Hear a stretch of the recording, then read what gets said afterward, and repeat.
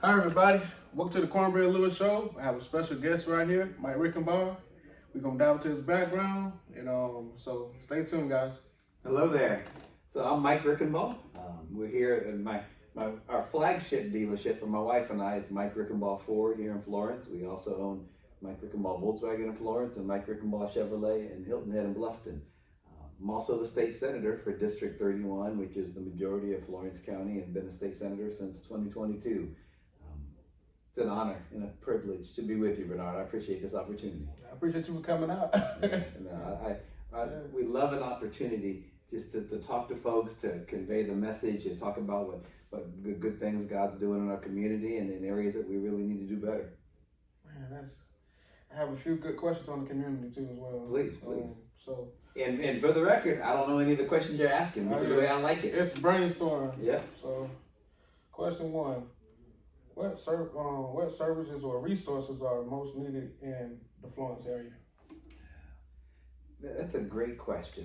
One of the things that Sharice and I do, for those who don't know, my wife is Sharice. We've been married 29 years, and in 2 days it'll be our anniversary, so 29 years. Congrats. And we thank you. We do life together. So I'll say we, because I consider her my co-senator. She's also my chief advisor, my wife, my best friend, my business partner. So what we do, Sharice and I, we do something called a Conversations with the Community. And we rotate around the entire Florence County area multiple times a year and touch every community to hear what's going on within our Senate district. So we'll do multiple meetings in Florence, Johnsonville, Pamplico, Coward, Scranton, Timmonsville, and Olana to hear what's on people's minds. And the reason that's important to answer your question is it's better to hear what other people are saying, our constituents, people who live here, so then you get many insights and perspectives. And what we're hearing first and foremost is that people want to feel safe. Black, white, old, young, it doesn't matter what part of town they live in or what part of the county, they want to feel safe. Good schools are really important. Good roads are important. Good jobs are important. Hospitals and healthcare is important. But Bernard, none of that matters as much if people don't feel safe. If you think you're going to get robbed going to the grocery store, or that you're going to be putting gas in your car and you're afraid somebody's going to carjack you, or you're going to be caught in a drive-by shooting, or you're going to have your kids caught in an active shooter, that changes your quality of life. So what we're hearing is that safety is first and foremost. People want to feel safe, especially from those who would take from them, even for no good reason. Robbing somebody for $20 and taking their life possibly, it's one of those things where we've got to change the culture to where it's not okay. And we also need good court systems, because the police can do their job, but then we need good judges who will go ahead and hold repeat offenders in jail and eventually send them to prison when the law allows for that. So safety is first and foremost, is what we hear. We need good education. And we're pretty proud of Florence School District 1. Frankly, Florence County as a whole has really good schools. Between Florence School District 1, which is Florence, 2, which is Pamplico, 3, which is Lake City, and then 5, which is Johnsonville. And we've got really good school districts here in Florence County, but we can always do better and have higher education rates, higher graduation rates, higher SAT and PSAT standardized test scores, and that's important. And then I'd say third is economic development. Good jobs change lives, and they change generations. $1 given to somebody is different than $1 they've earned. And when we can get people working instead of receiving money from the government as their sole source of income, and I'm not talking about somebody who gets hurt or has a temporary job change or has on disability. I'm talking about the folks who make a career out of receiving federal aid. Those are the folks, if they're able-bodied, they need to work, because it's not just the same dollar. It is treated different, and the perspective is different behind it. So good jobs and well-paying jobs are important. I agree with that, because I just had jury duty on Monday. And you learned a lot about humanity. Yeah, that's my first jury duty. Is it? Okay. So it went well. Good. And the guy was guilty. But the judge made an example out of him and a lot of people, that's reckoning, the PD area. I mean, you can't break the law. That's right. You got to follow the law. Me, you, anybody. Actions have consequences, right? Yes, yeah. And that's all I think most hardworking Florentines and South Carolinians want is that action should have consequences. And if you work to earn what you have, and if I work to earn what I have, and if all of the Florence County folks, the majority of us work to have what we own, then we shouldn't allow somebody who's not prepared to work to come take it. Right, and I look at a lot of guys, that's homeless on the street, and some of them are, some of them really are not, and I'm not gonna give them my hard work working on earning money. I mean, I tell them, just get a job. I mean, cause they be right in front of these stores, these convenience stores. I just walk in there, hey, that's right. Are you hiring or not? If not, we'll go on to the next job. Many of them are able-bodied. They're working, they're walking. Yeah, they're in better shape than I am. Some of them for kind of, they can work. They choose not to. They choose not to. And then that's biblically speaking, and faith is important to Sharice and I am a firm believer that as well as every one of us is sinners, but we are all given the opportunity to be saved by God's grace and his redemptive mercy right there. And the reason I bring that up, it's important to me because the Bible clearly states, if you don't work, you don't eat. Facts. That's true. I mean, it's in plain written. Yeah, it's right there. Nobody can debate with that. That's right. That's right. Some people would disagree, but they may not like it, but it's there. It's the truth. That's right. But that's a good question. And but yeah, that's my topic on that one. I mean, you should work, man. Yeah, you should work. Ain't nothing we give it to you. If you want to eat, you should work. And if you don't work, you don't eat. And I'm not talking about those that are disabled or those that are mentally ill or those that are elderly that they can no longer work for themselves. But those who can should. I look at it like this: if they can stand outside in the heat in the summertime, 8 to 10 hours a day, they could have been work those same 8 to 10 hours. Whether it's in the cold or heat. That's right. That's how I look at it. That's But next question. That's a different topic. What role does education play in building a better community? Oh boy. We talked about literacy earlier. Yeah. Education. I mean, it is not an exaggeration to say that education is the building blocks for a successful community and society. And the reason being, and I want to qualify that. When I say education, I'm not just talking about formal education. It's the K through 12 and then on to the bachelor's degree as the only path for success. That is not the only path for success. We've got a fantastic technical college system here. We've got the trades, and we've got the ability for young people to decide to be a plumber or a welder or an electrician or a carpenter or building maintenance where they can earn a really good salary and have absolutely no debt, as opposed to somebody who can go to a 4-year education, get a bachelor's degree in history, and I'm not knocking on history majors, right? But get a bachelor's degree in history, come out with $100,000 of student loans, and where do you go to work with a history major as a degree? Like, you're largely unemployed or underemployed. You're gonna go get the same kind of jobs as somebody with a high school degree or a GED. So there's a time and place for a 4-year degree or an advanced degree. There's also a time and a place to say our technical college system is great, but we do have to back it up before there. Our pre-K, our 3K and 4K, and our pre-K programs have to be a good investment for our state. It has to be something we spend time and resources on. If you've got these young children, if they fall behind in their learning, if they fall behind in their mathematics skills, it is really, really hard for them to catch up.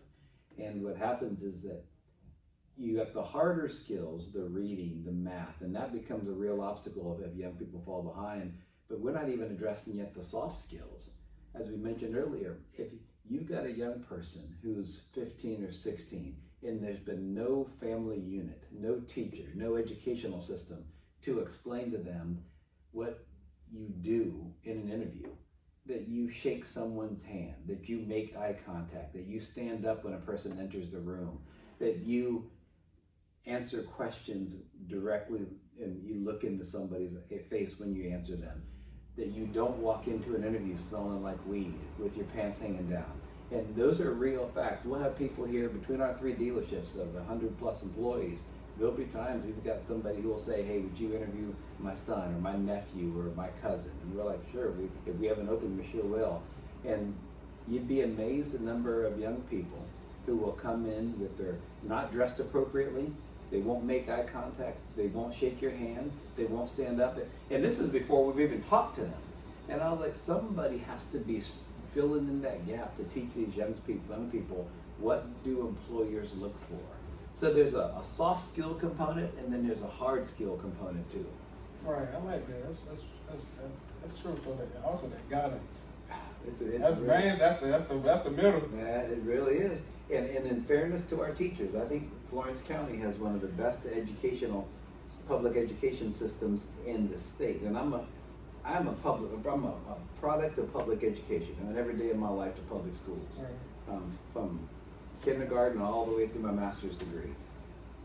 But teachers should not be expected to discipline and raise and feed and nurture and to do all that a parent should be doing. Teachers are supposed to teach. Right. They're not supposed to be raising these children. Right.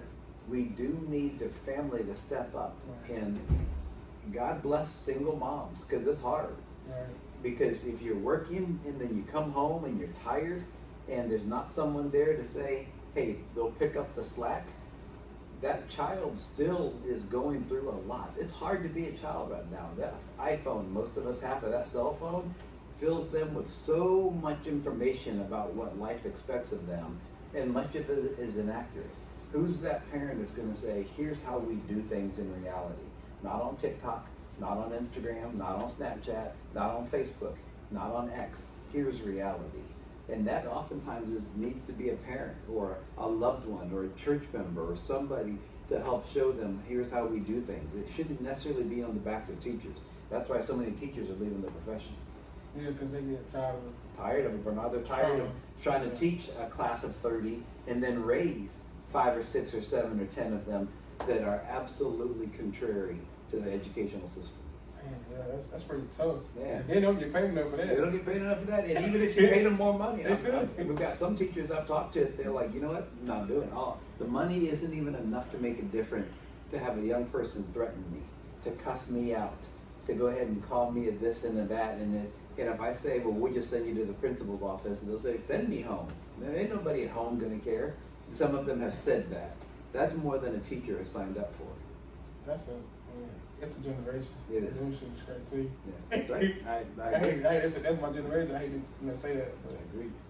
a lot of them will be mad, at me for saying that. Yeah, but that's yeah. true. And my generation and those after me have failed your generation from the standpoint of not disciplining a child when they need to be disciplined and letting a phone or an iPad raise them. That's not good. Long term is not. That's not. Well, Yeah, I know these are long answers, Yeah. but you asked the question, But so I'm giving my answer. I like it. Yeah. I like it. It's a good one right here. Man, this is the same topic though. How do we encourage young people to care about their community? It's on. How do we encourage young people to care about their community? That's an interesting question, because we'd almost have to qualify it with what sector of young people. If we're talking about young people that have been raised to expect more from their community, then that answer is going to be a little different than young people who have not been given any direction in terms of what community should look like. And what I mean by that is, if you're a young, and I look, you're sharp, and you obviously had people who did a lot to invest in you to have expectations about what society and community should be.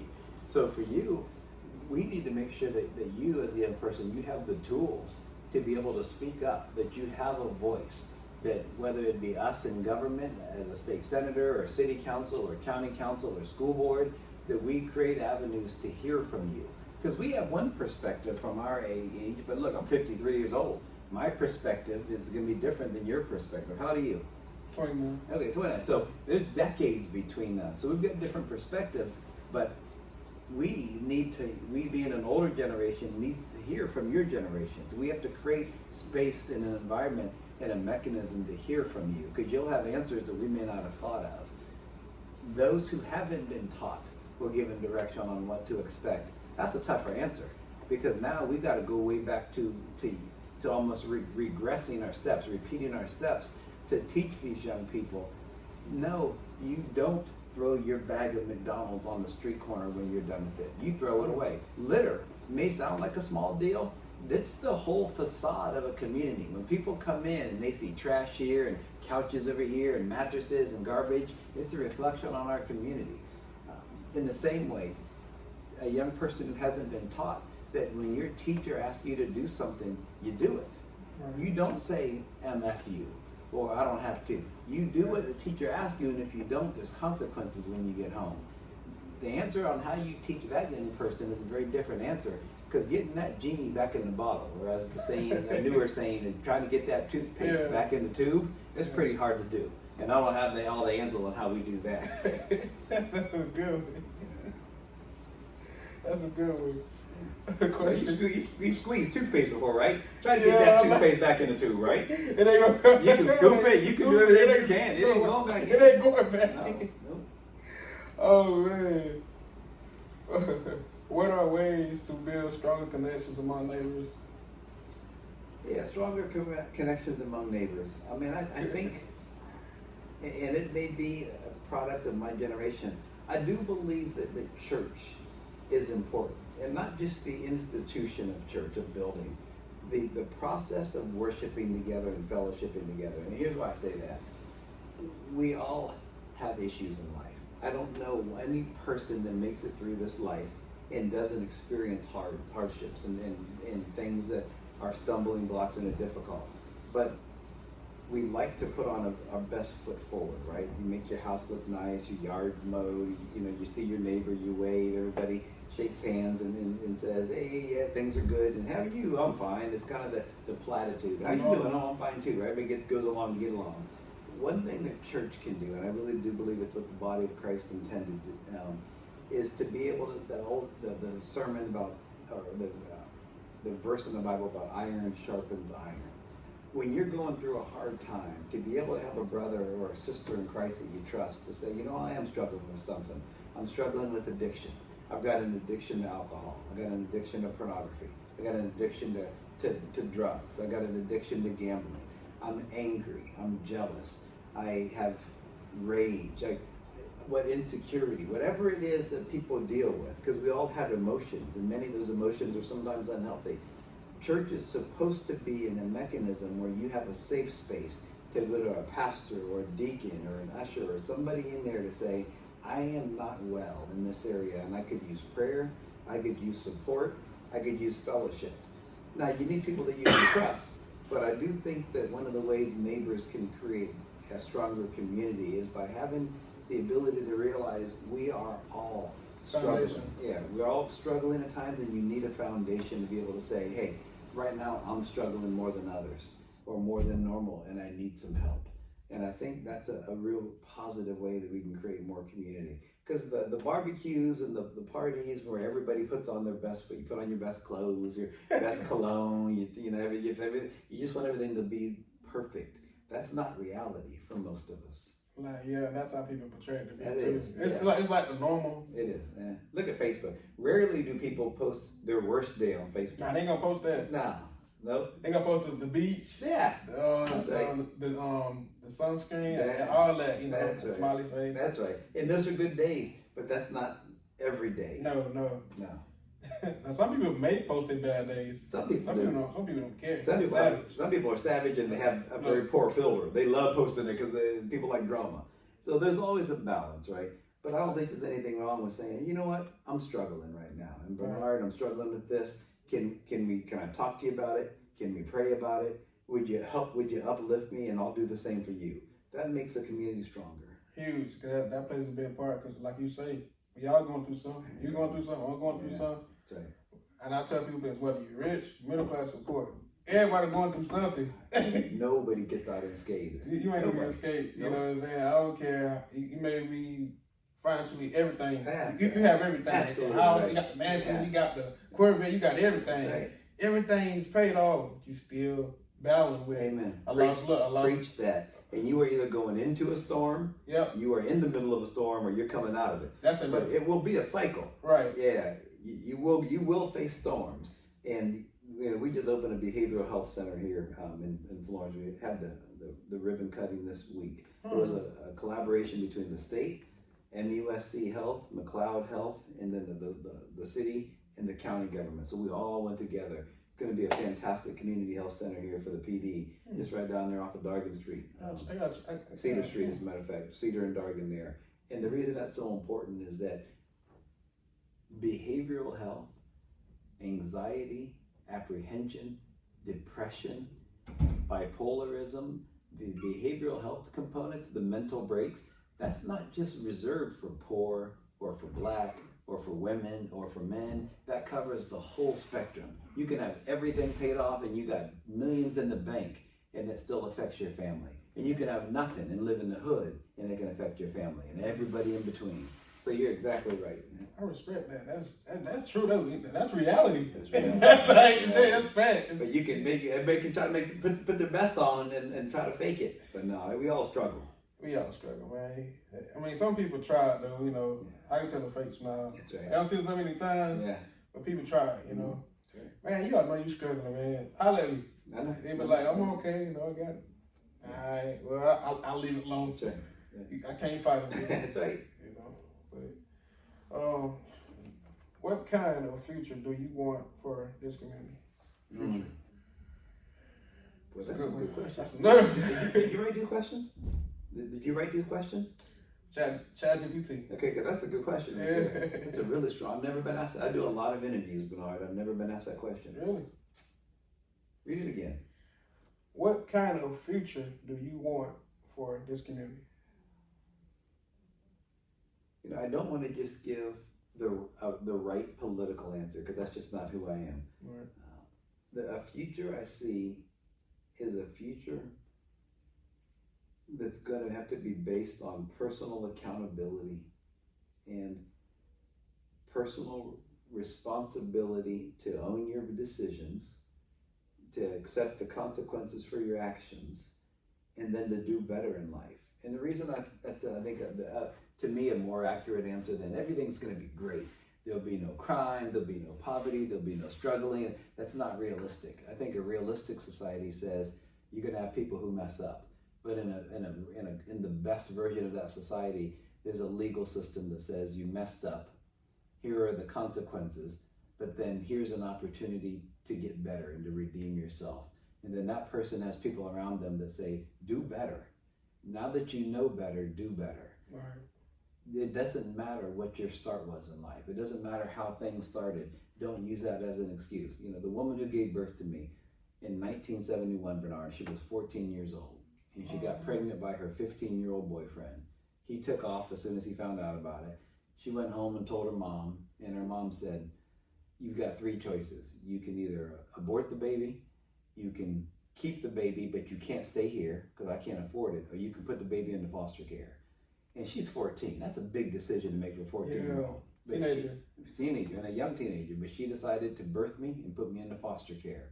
And then I went through the foster care system for a little bit, and I was eventually adopted by really, really good people, Ed and Shirley Reichenbach, my mom and dad. And they taught me about faith and about work ethic and about discipline, and that I was not going to be defined based upon my start. I was going to be defined based upon the decisions I made moving forward. Now, I made dumb decisions at different times, right? But I knew that I always had people who loved me and that would support me to be the better version of myself. And what I see as the best community is a community to where there's going to be some hard starts. There's going to be broken families and broken homes and tragedies and death and things will happen. But when you know better, do better. And for those who don't, it's going to be a hard life for them. But for those who want opportunities, I'd like to see a community where there's enough jobs that if somebody says, you know what, I wasn't all that great in school, but I'm a hard worker. Man, great, here's an opportunity for you. Or for somebody that says, hey, I messed up for a while, but you know what, my life's back on track. How do I take care of myself and my family? What's the process? Is it going back to adult education through Pointer? Is it going to Florence Darlington Tech? Is it Francis Marion University? What is it that we can do as a society to help them get back on track? I think that's the best version of our community, to where your start doesn't define your end. I like that, man. It kind of reminds me of myself. Yeah. I was a foster, you know. You were? child, yeah. Okay. You and my, me together. yeah, Okay. my birth mom in Florida, she passed away too last year. Oh, I'm sorry. She didn't raise me. The doctor felt that she wasn't capable of taking care of me as a baby back in '96. So somebody to take me, you know, from the family. So my I would say aunt up here in South Carolina. This how I got connected, you know, got here in South Carolina. She was like, hey, you know, because they was some kind of related. So she was like, hey, could you take this baby in? And she was like, yeah, I would move to Palm Beach, and I would start like a new life because she had an uncle that lived in Palm Beach already, so she had somewhere to go to stay with, to stay with somebody there, and she got a job down there in Palm Beach, and she just took me in. Wow, and what an amazing woman. She had to do that because, like, remind you, she never had any kids. Is that right? Yeah, so she just sacrificed her whole life. She just took a risk and just took a child that wasn't hers, and she raised me. That's a hero. She may not get any headlines. That's a woman who makes the tough decision because it's the right thing to do. Not the easy thing to do, not the convenient thing to do, but it's the right thing to do. And that's what makes our society better. People just like your aunt. And she was 17. Oh my gosh. She was not young. She's a child at that point still. And making a decision like that. Is she still alive? She passed last year. Man, she was battling stroke. She had a stroke for the past 10 years, and she fought hard for 10 years strong. And I was by her side through it all. I wish I would have met her, Bernard, because that is the kind of person who will make our society what it needs to be. She fought, man, like multiple life supports. You know, I thought God was gonna take her, multiple times, and he just, was just preparing me to get right, like, because I was like, Mom, like, you ain't gotta keep fighting like that, it's emotional, but she just kept trying to stay alive to make sure I'm straight. I said, Mom, I'm good. You raised me well. I don't have a record, and that's very rare for a 1%, a young Black African American. It is very rare. You don't have nothing on your record. That's rare. Because she raised me right. I ain't said I made some mistakes. I ain't said I'm perfect. I'm right there I with you. I want to, be straight with people. Yeah, I made more mistakes than you. Be straightforward. I ain't perfect, but I learned from them. Right. And it didn't affect me. And then I moved on, like on what you said earlier. We all make mistakes, but it's what you learn from it and move on. But some people try to hold your past against you. That's right. It really don't define you. Yeah, and some people, they realize that mistakes are oftentimes a lot of fun at the time, and they don't want to face the consequences, so they just keep making them. And those are the people that make our society worse, because then the rest of us have to pick up the pieces. Right. Man, that's this is a good topic. This is a good topic. Yeah. It's the best one. This is another question right here. What can you personally do to help the community thrive? What can you personally do to help the community thrive? Boy, I would say let your yes be yes and let your no be no. Each one of us needs to be a person of the word. If somebody asks you to do something, if you're not going to do it, don't say yes. If you're not going to do it, say no. What we hear so often in the workforce development, I talk to a lot of other business owners, because that's my background as a business owner, and they'll hire somebody. They'll take a peek and put them through training. The person knows what they're going to be paid. Day 3, the person doesn't show up. And the owner's like, oh my goodness, like I staffed for that person, I invested in that person, I have made plans around that person, and they didn't show up. And that's really, really bad, not just for the economy, but it's even bad for the person who does that. Because once you make that an option to say, well, it's hard, I don't want to do it anymore, I'm just not going back, that's a pattern that is oftentimes repeated. Right. And it's bad for the economy because businesses expect people to do what they say. So I would tell, especially young people, but even older people, do what you say you're going to do. Stand on business. Yeah, stand on. And if you don't want the job, don't take the job. Stand on business. But if you say yes, then do what you said you're going to do. If you're an employer, breaks their side of the bargain and they don't pay you, they don't do this, they don't train you, then you've got an argument. But just not showing up, it's trifling. Yeah. Or they come to work and leave out the same day. Right? And it happens, Bernard. Bernard, it happens. They go to lunch and not come back. I see friends do that. And you're like, man, then, you know, don't be a coward, you want to say to them. If you don't want the job, don't take the job. And if the job is more than you thought and you can't do it, at least be a man or a woman enough to go and say, I'm going to have to resign. Yeah, just stand firm. It's not what I thought. Stand firm. Be an adult. Yeah. We got adults, young adults in particular, who are not acting like adults. Hey, this is a good topic right here. This is the best one right here. All right, hit me with the last.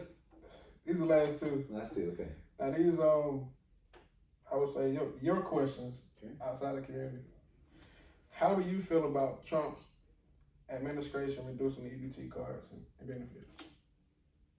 Yeah, that's a great question. It's a great question, but as a state senator, we don't get involved in federal government. Okay. So, and that's one of the things that we really work on to help people understand, because as a state legislator, there's 170 of us. Right. We'll get calls about immigration and federal EBT cards and what are we going to do with funding in Ukraine, and are we going to get involved in the Israeli-Gaza? And those are all very important topics, but they're not anything that we decide on. Right. So there's really not a lot of value in trying to answer a question if you're not informed on it. But then we also get at the state level questions about, what are you going to do with the pothole on this street? That's a city street, or this street light is out, or this and that. Or what are we going to do with the city police force? And those are all important questions. Are you going to increase funding? Are you going to do this and that? There's too many vacancies on the police force, or this town hall needs redone. All important, but that's not state either. That's city council or county council. Yeah. So unfortunately, I'm not informed enough because it's federal and we're state. Okay. Well, that second question will be about the same. That's not your restriction. Yeah. Well, you can ask it. I can ask it. That's the last one too. Where do you stand on Trump's federal nation and the DC police to force the National Guard to clean up DC? Yeah, that's another. Yeah, great question. And actually, I saw the headlines on USA Today when I was flipping through my phone. But I've never lived in DC. Don't really know the extent of what's going on there, and that's an advice that I'd give. If you're a sharp young man, you may very well be a legislator or a councilman or a school board member. I encourage people, if you don't know enough about a topic to be informed, don't guess. Because all that does is it puts you in a position of them kind of being held to something that you don't know enough about. I'd recommend to somebody like yourself, say, you know what, that's a great question. Give me some more background and then I can learn about it and then we can revisit it later. But guessing about something, that's like me saying, what do I think about physics? I don't know enough about physics. I can give you an opinion on it, but it's like, it's good, it's bad, I don't really know. So, That was it. Those are really good questions. ChatGPT. Especially the community, because that's why, federal politics is important, right? Because what happens with EBT cards and the National Guard in Ukraine and Israel and the border and fentanyl and China. I mean, these are all really important topics. But they don't trump, no pun intended, they don't take precedence over the fact that people have real local issues. What do you do when you've got crime on your streets here in Florence? Because Washington, D.C. and the Oval Office and the U.S. Senate and the U.S. Congress, they're not necessarily dealing with what's going on Quake Street. They ain't worried about that. Yeah, or on McQueen Street. We better figure out how to take care of that. So we better figure out how to take care of our own here. Can't worry about that. Yeah, because what we'll realize, and I've learned it since being in the Senate, government can't solve all of our problems. We can do our role, and we should do our role, but we can't solve all problems. We need people to step up, people like your aunt, to do what's right, even when it's not easy. Ooh.